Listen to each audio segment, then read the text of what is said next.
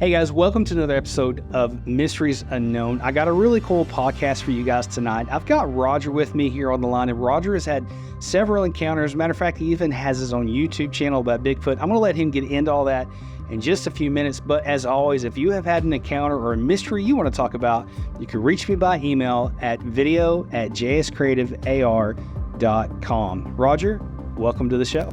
How you doing? I'm glad to be here. Yeah, man, I'm glad you're here. You got your coffee? Man, I just finished my cup of coffee. I could drink coffee. Matter of fact, I probably drink 2 pots a day, and I could drink her out before bed and go to sleep. But I promise you, I'll have another one this evening. So why don't you jump in and kind of tell us your experience with Bigfoot, and go ahead and tell us about your YouTube channel for our audience. Well, I recently started it because I had people coming to me. I was helping co-host, and I didn't know why. I still don't know why, but I did this to learn. I reached out to somebody to learn because of things that happened in my past. And then we had, finding Bigfoot and Monster Quest and all that, which when my encounter happened back in around 1985, I was 14. All we had was the library in school and the books. But here, people didn't talk about it. I don't know whether... I've been thinking about it. I was in church today actually thinking about it. I'm like, this might be why this southeast region people didn't talk about the things, because, you'd be burned at the stake back in the day. But no, and I held it in for so many years. And once I did reach out, and as we talked about, told my story publicly, it was like it just, off my shoulders, my chest, like therapy. And the more people I met, they have the same opportunity, and you can tell they'll text you, "Thank you so much. I feel so much better." And these safe spaces, it's not as hard to talk about, I guess, now. And so that's what people are doing. And shows like yours and my little show, my son and I was like, well, we got to call it something. That was one of the hardest things, and we were back and forth, and he said something. I said, Squatchin Haller. I said, that could be anywhere. Let's go with that. But if anybody wants to, check it out and subscribe, if you don't like it, unsubscribe. It's at rdodger, DODGER 1971. And we'd love to have you stop by, because just like you, we're giving real people a chance to tell their stories, and that's why real people telling real stories. Yeah, that's what we're trying to do. Just give people a safe place to share their stories and to get it off their chest. Well, I've learned a lot, and apparently I had a few encounters that I didn't know early on, and then putting the pieces together, I've met a lot of great people, a lot of knowledgeable people. But we'll start with a sighting, because I like to say I heard it from somebody else that interviewed me. We were talking, and this goes with everybody listening. You have the Roger 5 seconds before the Bigfoot sighting, then you have the Roger 5 seconds afterwards. And I don't know whether I'm open-minded because I saw that, or I saw it because I was open-minded. I'm trying to figure that part out. But it was just a normal day. Lived out in the country, rural Middle Tennessee, and back then we didn't have all the video games and the internet, and we had to get out. We hunted for food. We supplemented our grocery bill, and I didn't know we were doing that early on. But I would go check out the woods, and I spent a lot of time by myself. So it was a habit just to check out the fields and whatever. So this particular day, I walked out, and I could have been 3 minutes earlier or later. This never would have. I never would have seen this. I'm looking up at the field, this hill I've walked up many times, and where I hunted around the corner, and something moved to the left about 180 yards up. And 180 yards is a good distance, but it's clear. There's nothing in the way. If you're standing, I don't know you. I've seen you a couple times, but with what you have on right now at 180 yards, I can see your hat line, your hoodie, your beard. You can make out details like that. It's not tough.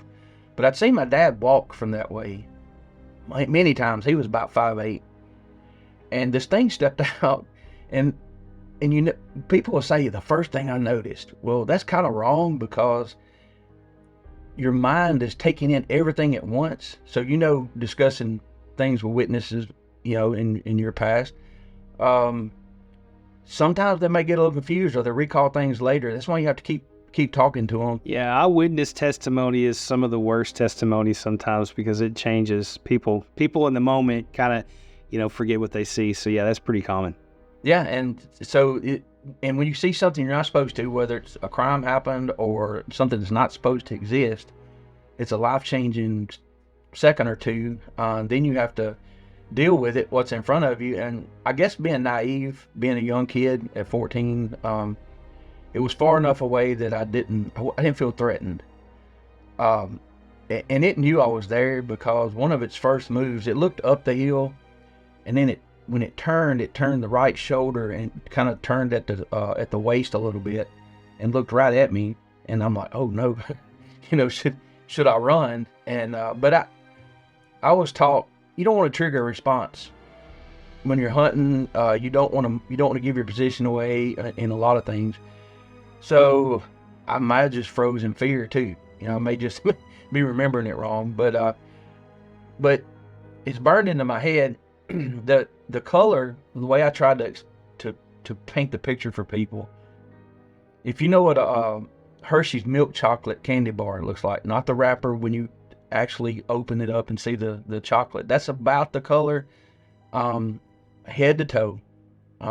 Luckily there was a limb, and that tree is still there after all these years. I went back and took a picture of the field, and there was a limb it was standing under, I'll say. We measured, it was around the 7.5 foot mark later when we measured.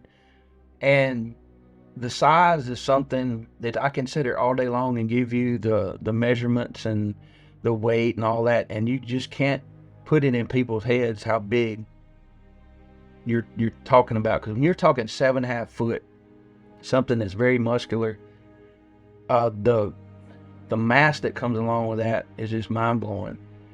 And it's not, I didn't know to look at the ratios of the legs and whatever, but it just didn't look right. And I guess I wanted to run. I'm glad I didn't, because people say, well, what did the face look like? I can't tell you that. But what I can tell you, the one thing that I'm so glad that I saw that confirmed to me that it wasn't some athletic person playing a trick on me. When this thing took off walking up the hill, I'd done that a bunch of times, and I hated it because, I was at 14, I guess I was right at 6 foot, my height I was going to be, and I had walked up that hill several times. Well, the hill was so steep, the farmer didn't bush hog as much, so that grass would get intertwined. It would regrowth and everything, so you had to pick your feet up and over. It was about knee deep in some places, so you had to pick your feet up. And then where I walked, I would throw my feet out and over, leaning forward and stumbling, and it was horrible. The other walk to the back alfalfa field where it was good deer hunting, it was a longer walk, but it was an easier walk.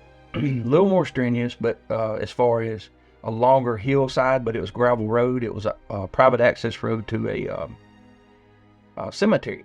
So when this thing started up the hill, the body lean, I immediately noticed the body lean was a lot less. The back was a little more straighter. And if anybody in the audience has ever seen a Tennessee walking horse walk with, they throw the legs up in competition, up and over. It wasn't that exaggerated, but that was the motion. And we don't walk like that. And it was stepping over this grass and just as fluid and easy. My whole encounter only lasted like 30 seconds, but I got a lot of detail, just to put in my memory bank. And that's what I kept going back to, was that walk. And I knew how long it took me to go that far. And it was just, it was just in 10 seconds, 12 seconds, it was up this hill. And to the point where I'm not a scientist. I'm not, I went to high school, a little bit of college, but I've been asking some of the experts about, well, okay, what I saw with the flexible foot that you say they have, be able give them the ability to walk in that manner. And I've got a yes from a couple well-known people that actually it would. And and what I tell people, we've got small pieces of this puzzle. We need to get our information out there, because that may set them on a path that they never thought about. But yeah, it was, I'll never forget that day, of course. And I had some things happened earlier. Let me back up. So how this came to light, as far as I started talking about it years ago a little bit, my son, I didn't know Finding Bigfoot existed. And so I was cooking him lunch or supper or whatever, and he had something going on in the living room. And I heard the howl for the first time, well, on tape in the living room, and I froze. I'm like, wait a minute. So I go and I said, what are you listening to? What are you watching? He started all about Finding Bigfoot, and this was the howl that Matt Moneymaker in the early 90s, and I just got chills. I said, you're telling me that what you just played is supposed to be a Bigfoot? He said, yes, well, that's what he says, and I'm like, okay, play that again. And I think you 2 or 3 times, and I'm just like, oh my God. I said, I'm going to tell you something. I've heard that about 6 times when I was younger, but the difference is the volume is nowhere near what, I've been to concerts, I've been close to speakers, and I've been to Neyland Stadium in Knoxville. I don't know, you're a sound guy, the decibels, when they're talking about, louder than a jet, being close to a jet or whatever, and you can feel that vibration. When you feel vibration from something, my best guess the first time I heard it was in that alfalfa field, but I was probably, depending on where this thing was at, I was 600 to 800 yards away from this thing. Now, you're the sound guy, you're the tech guy. Why did I feel that? I mean, why do you feel that vibration? It definitely had to have a lot of, I don't know what word I'm looking for, but, low decibel growl to make you feel something like that, and that's one thing that the more people I talk to, that's a common thread that, I was talking to a gentleman from southeastern Oklahoma, and he had kind of the same type of experience.